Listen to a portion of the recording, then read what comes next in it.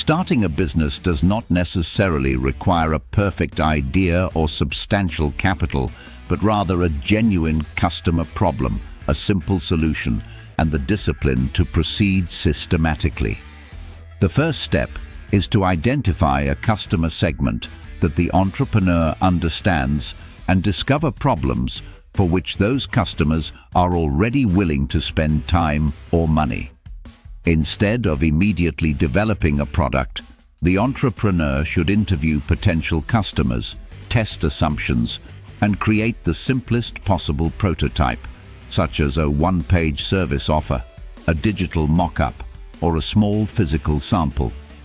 Interest should then be measured through concrete signals such as registrations, pre-orders, pilot commitments, or letters of intent, since weak demand is a reason to modify the offer rather than invest further.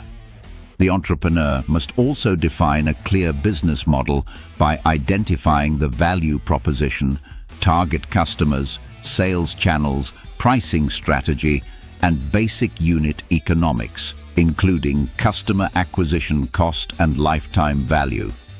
A concise one-page business plan can summarize the problem, solution, target market, differentiation, marketing channels, 90-day milestones, startup costs, and expected break-even point. The appropriate legal structure should then be selected according to liability, administrative requirements, and growth ambitions, while attention should also be given to trademarks, licenses, contracts, and intellectual property. Financial discipline should begin immediately through a separate business bank account, accounting procedures, efficient invoicing and payment systems, regular bookkeeping, and preparation for taxes.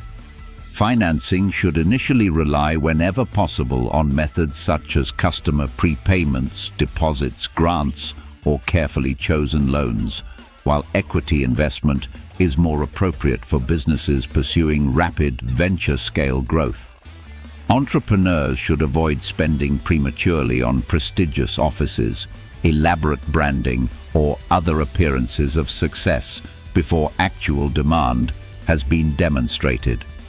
The initial commercial offering should be a minimum viable offer designed for speed and clarity, with services packaged around a defined outcome, digital products focused on one important task, and physical products produced conservatively in small batches. Marketing should initially concentrate on only one or two channels, such as direct outreach, search-based marketing, partnerships, referrals, or testimonials from pilot customers. Sales should be treated as an evidence-based process in which the entrepreneur first understands the customer's problem, budget, timeline, and decision-making process before presenting a proposal. A simple sales funnel, from leads to meetings, proposals, and completed sales, makes it possible to identify and improve the weakest part of the commercial process.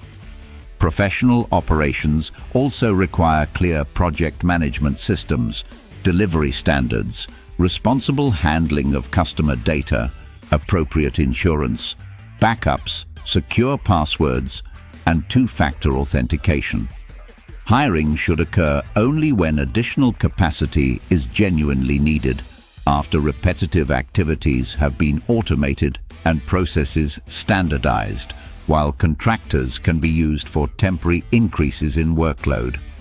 Once employees are required, recruitment should focus on clearly defined outcomes and competencies, structured interviews, practical tasks, and systematic onboarding procedures.